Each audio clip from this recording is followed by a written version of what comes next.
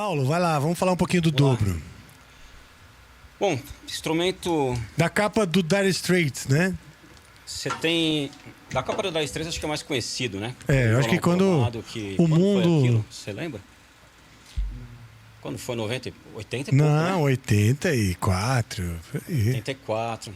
E aí, assim, esse violão sempre foi, acho que meio obscuro, porque é muito específico, né? Então, tanto o violão...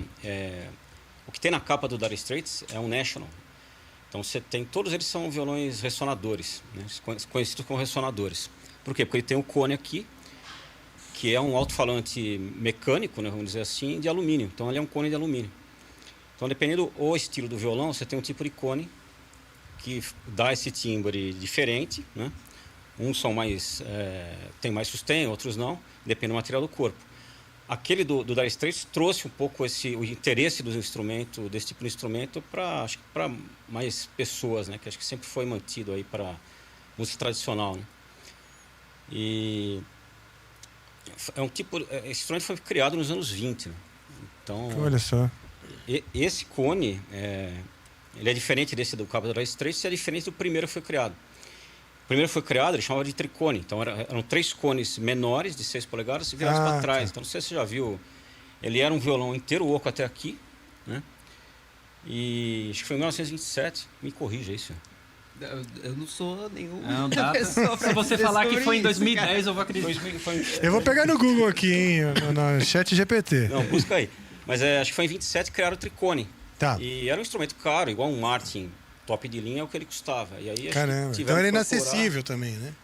Não era todo mundo que pegava. Então, o que eles precisavam? Eles precisavam de um instrumento que falasse mais alto para competir com banjo e com aqueles naipes de metal, né? Que tinha muito na época. A gente tinha muito isso, né? Essas construções desses instrumentos com essa característica mais antiga, eles tinham que soar alto, né? Tinham que ter... Sim, sim. Não existia, então, a amplificação, né? Exato. Na época não tinha. Então, eles buscaram uma forma de colocar isso para falar mais alto que o violão normal e se equiparar um pouco com o volume dos outros instrumentos.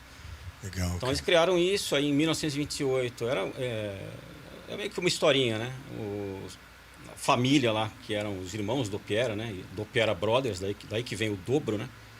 Ah, legal. Eles separaram e acho que uns 2 deles criaram a dobro, que era isso daqui. Então a National, que foi a inicial, era um instrumento metal, com os 3 cones, depois veio a dobro. E a dobro lançou instrumento, principalmente era instrumento de madeira, como esse aqui, com um cone diferente. E o foco, pelo menos eu acredito sim, né, que o foco era atingir mais a massa, vamos dizer, né, porque eram instrumentos mais baratos. Então, se você pegar madeira era mais barato que aquele totalmente de ferro, é isso? Se você pegar o catálogo antigo, acho que aquele instrumento que eu comentei antes era tipo quase $200. E aí eles lançaram o dobro, que era o modelo 27, por exemplo. E custava $27. Aí você tinha o modelo 37, custava 37, e tinha um friso a mais, e assim ia, né? Modelo 45, mas eram instrumentos mais baratos. Aí a National, acho que meio complicou lá, porque os caras lançaram um single cone também, né? Nesse estilo, só que um cone um pouco diferente, que é aquele de metal, que é o instrumento do Dire Straits. Então era um instrumento mais barato que o inicial, era um National também. E aí cada instrumento, né, você tinha 3 vozes diferentes, né? Cada instrumento meio que se encaixou num estilo, né? Isso aqui, corpo de madeira, esse cone, se encaixou no bluegrass.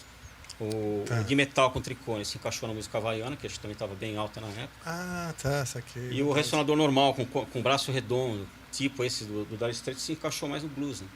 Então, muita gente usava o blues por causa do timbre, né? Aquele timbre é um pouco mais estridente da capa do Dire Straits, né, que é o National. Então cada um foi encaixando com o tempo no estilo. E aí isso aqui ficou meio padrão para bluegrass, né? Você não vai ver alguém tocando bluegrass com um igual do Dire Straits ali. Isso é muito difícil, né? Entendi. Então ficou meio padrão, assim como ficou o banjo com a 5ª corda, né? Que na época era 4 cordas, né?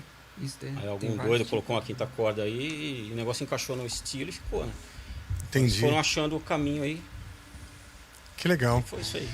Muito bom. E em todos esses casos, o dobro era tocado já com o slide? Como você chama o ferrinho? É uma slide? barra. Essa aqui é uma barra maciça, né? Ela é pesadinha, né? Ela é pesadinha.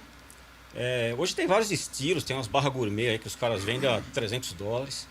Fala E sério. é uma doideira, mas é uma barra normal. Essa aqui é uma Dunlop, que custa 20 ou 30 dólares lá fora. Tá. Então ela é meio que uma cópia de uma barra chamada Stevens, que é a barra antiga da primeira safra aí dos caras, era tudo Stevens, ela era parecida com essa, só que ela não tinha essa pegada, ela era reta.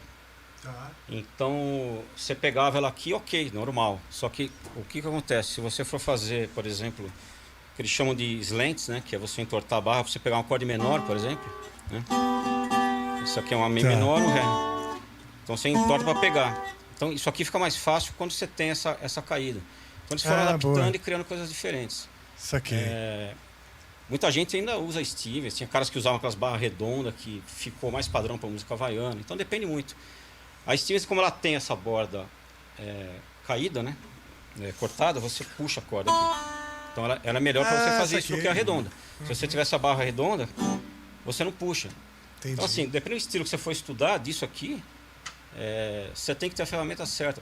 Você tem uma barra redonda lá, antiga, que tinha na tua casa, e você não vai chegar nos licks, né? Porque Entendi. isso aqui facilita. Tá vendo? Você puxa aqui.